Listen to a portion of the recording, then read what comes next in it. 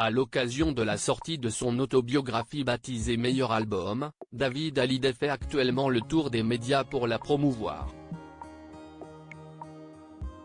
Ce 19 novembre 2023, l'interprète de Comme avant était l'invité de Laurent Delahousse sur le plateau de 20h30 le dimanche. L'occasion pour l'artiste d'évoquer sa scolarité à Los Angeles. Au sein de son lycée français, il a eu la chance de pouvoir côtoyer une icône d'Hollywood, Jodie Foster.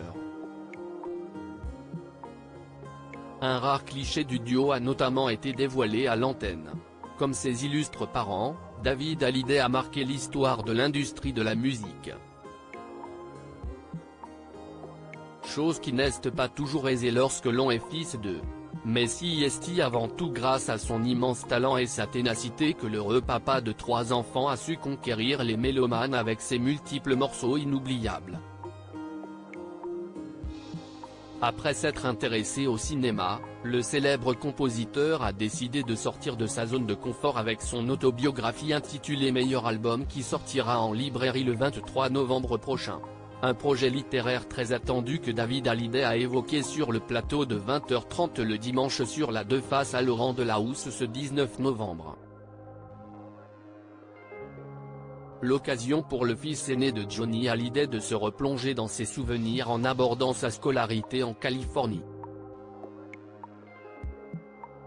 L'époux d'Alexandra Pastor a d'ailleurs un temps été étudiant dans un lycée français à Los Angeles. À l'école française, vous allez croiser une star de l'époque. Regardez, a lancé Laurent Delahousse qui s'est empressé de diffuser à l'antenne une ancienne photo de David Hallyday s'affichant tout sourire aux côtés de Jodie Foster, célèbre actrice américaine plusieurs fois oscarisée.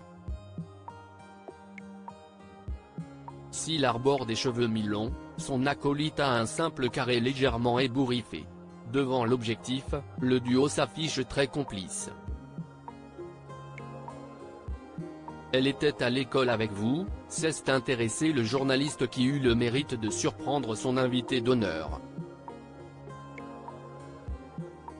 Vous avez retrouvé cette photo, a glissé David Hallyday, très amusé. Oui, pas mal d'élèves sont passés dans ce lycée français là-bas. Toute culture, toutes origines, c'était très sympa. Voulant fuir la France pour le préserver des médias, sa maman Sylvie Vartan s'était exilée avec lui aux États-Unis dans les années 70. À l'époque, il n'avait alors que 4 ans. Ma mère voulait m'épargner l'effervescence autour d'elle, le prix de sa notoriété. Elle souhaitait que je grandisse normalement. Aller à l'école, avoir des amis. Avait expliqué le beau-fils de Tony Scotti pour Paris Match en 2017. J'ai pris conscience que je verrais encore moins mon père. On ne se voyait déjà pas beaucoup. Sa carrière lui prenait tout son temps.